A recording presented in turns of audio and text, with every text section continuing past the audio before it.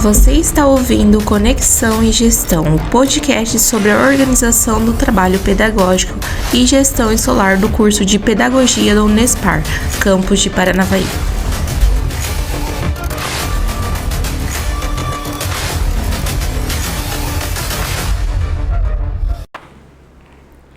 Olá, ouvintes, sejam bem-vindos ao Conexão e Gestão, um podcast da organização do trabalho pedagógico e gestão escolar. Eu sou a Bárbara Rabelo, estou juntamente com a minha colega Heloísa Santi, somos alunos do terceiro ano do curso de Pedagogia da Unespar, campus de Paranavaí. No episódio de hoje, vamos tratar de um tema extremamente relevante e que impacta diretamente a qualidade da educação: organização do trabalho pedagógico em salas multisseriadas do EJA, anos iniciais.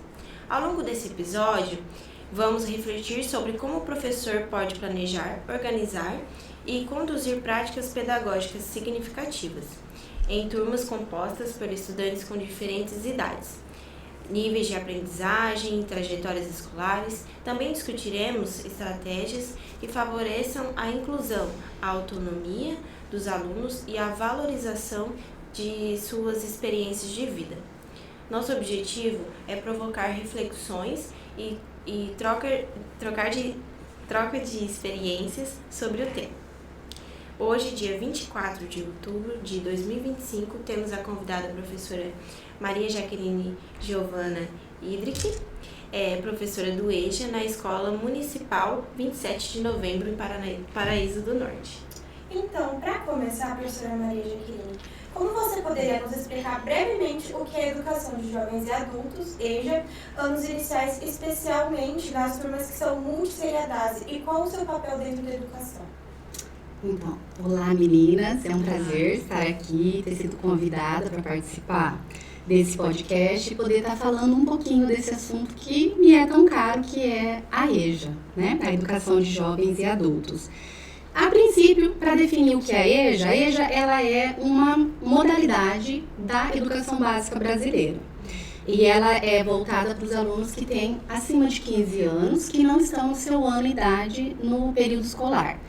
Então, assim, são salas bem heterogêneas, porque nós vamos ter adolescentes e podemos ter idosos também, na mesma sala.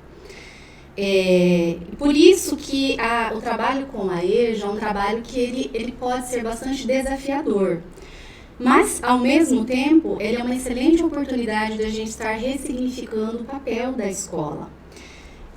Quando a gente fala de EJA, a gente está falando de pessoas que têm trajetórias de vida muito diversas, que de alguma maneira eles interromperam o trajeto escolar deles na sua idade correta, né?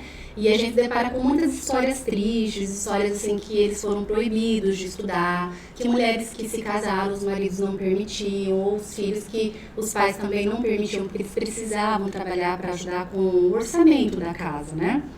Então, assim, tem várias motivações que fez com que eles parassem de estudar e que fez também com que eles retornassem para a escola. Seja por um sonho antigo, seja porque ele quer tirar a habilitação, ele quer se superar para a família, mostrar para os filhos, para os netos que é possível aprender. Então, assim, tem curso, às vezes quer fazer um curso técnico no trabalho, então precisa dominar, né, a leitura. Então, são vários motivos que fazem com que esses alunos retornem na escola. É importante a gente falar em termos nacionais que, de acordo com o último censo escolar, que foi coletado em 2024 e publicado agora em 2025, a gente conta com um número bem grande de matrículas. Está constando 2,4 milhões de alunos matriculados na EJA. É um número bastante expressivo. Mas, entre 2020 e 2024, houve uma queda de 20%, 20,4% nas matrículas.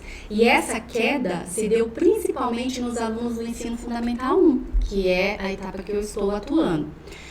E isso é bastante preocupante, porque se tem uma coisa que nos impressiona, a quantidade de matrículas, olha, 2,4 milhões, o censo também mostra que a evasão é bastante grande.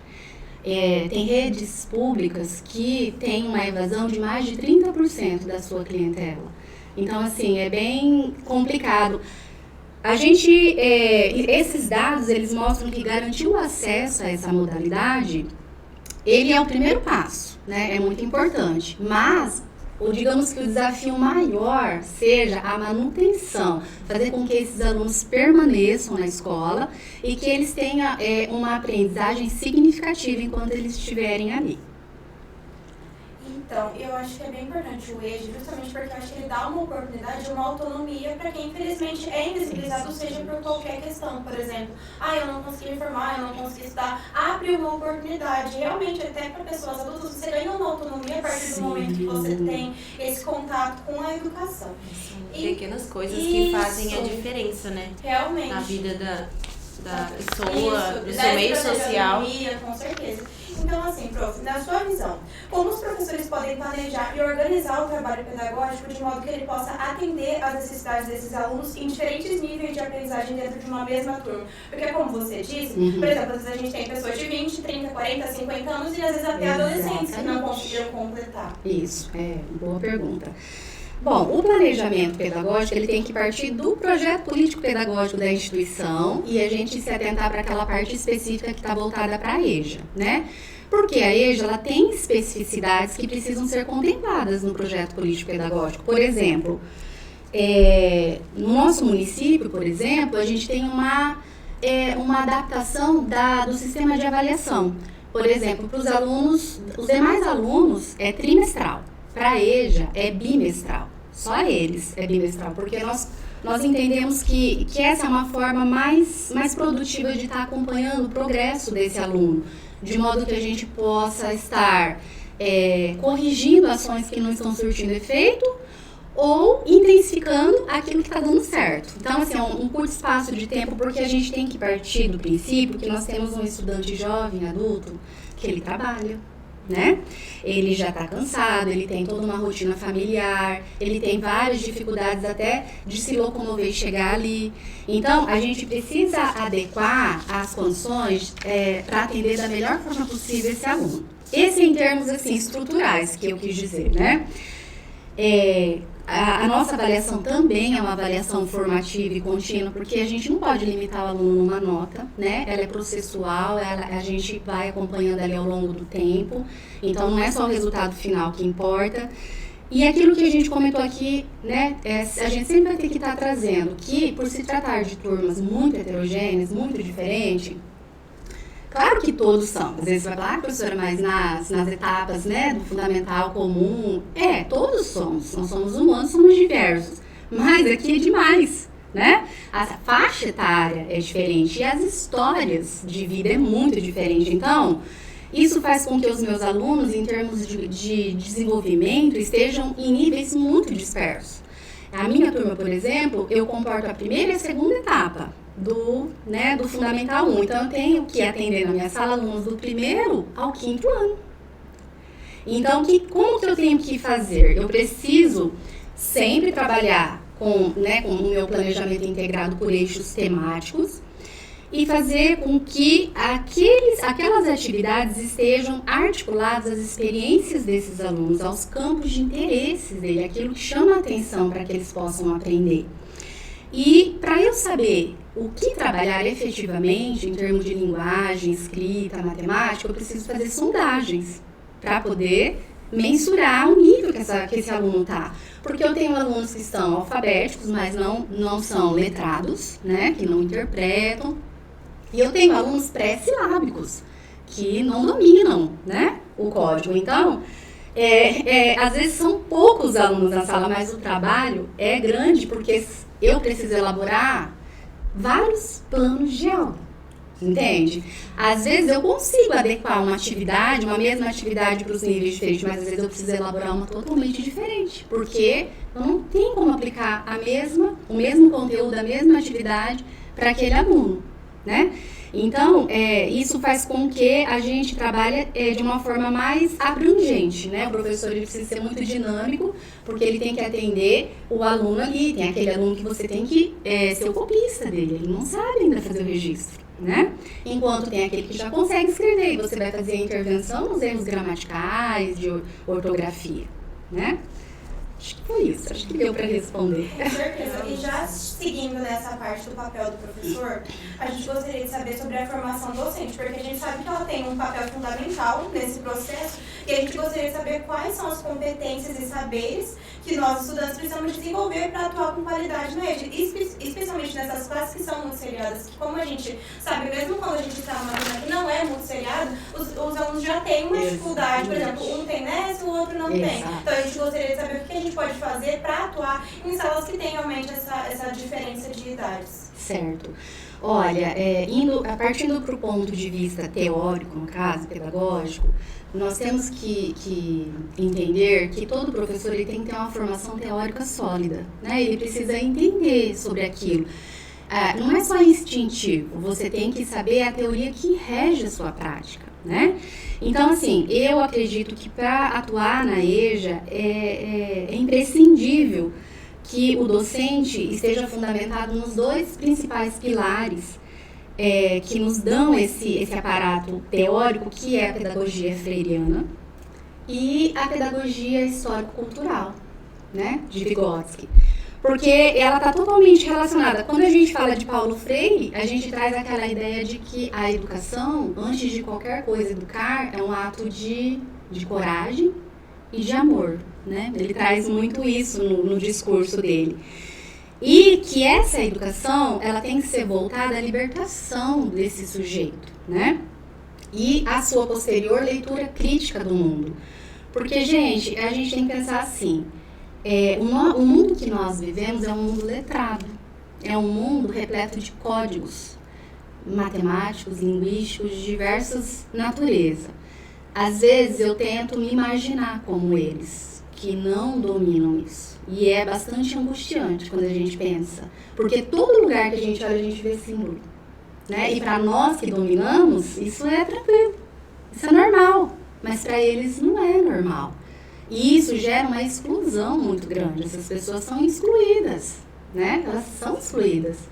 E nós precisamos atuar nesse sentido. Quando entra a questão da tradição histórico-cultural, né, cujo maior expoente é Vygotsky, a gente compreende que o ensino ele é um processo social mediado por alguém, né? O conhecimento ele se constrói nas interações que o sujeito faz com o ambiente onde ele está inserido. O professor mediando esse momento, proporcionando uma forma de que ele tenha aquele salto de aprendizagem. A gente precisa fazer como? A gente precisa pegar toda aquela bagagem que esse aluno tem, que ele tem um conhecimento empírico enorme, né? E lapidar esse conhecimento e transformar ele num conhecimento formal. Eu costumo dizer para os meus alunos que eu aprendo muito mais com eles do que eles comigo. Porque eles têm, assim, uma história de vida, uma forma de olhar o mundo tão diferente e muitas experiências, né? Uma sabedoria popular. Então, nós temos que se valer dessa bagagem para dar sequência e modelar esse conhecimento de forma desmistificando, porque eles vêm cheios de estigma e mitos para a escola, né? Isso é comum, né? É muito comum. Eu tinha um aluno que na época da quaresma ele não vinha para a escola porque ele tinha medo do lobisomem, né? Então, assim, é real, é um medo real, porque a falta de conhecimento faz com que as pessoas sejam aprisionadas por medo, vergonha, várias coisas, né? Então, essas duas perspectivas, a pedagogia freiriana e a pedagogia histórico-cultural, ela se encontra totalmente no cotidiano da EJA. Né? É uma educação que parte da realidade concreta daqueles alunos, valoriza todas as suas experiências de vida, e cria condições para que eles avancem cognitivamente, culturalmente e socialmente. É aquilo que eu falo, é uma forma de inserir esse aluno na sociedade, de que ele se sinta pertencente, né, nessa comunidade. Então, dentro desse contexto, eu penso que os futuros pedagogos, docentes, eles precisam compreender que o trabalho pedagógico, ele precisa ser planejado de uma forma flexível, ele não tem como ser rígido. São muitas diferenças, né? humanizador, olhar não como... não é um simples aluno educando, é uma pessoa, né? E científica. Nós não podemos deixar o conhecimento científico fora disso, porque ele que é a base da nossa sociedade. Garantindo acesso ao conhecimento dessas pessoas, trazendo uma formação integral desse sujeito que a gente está formando.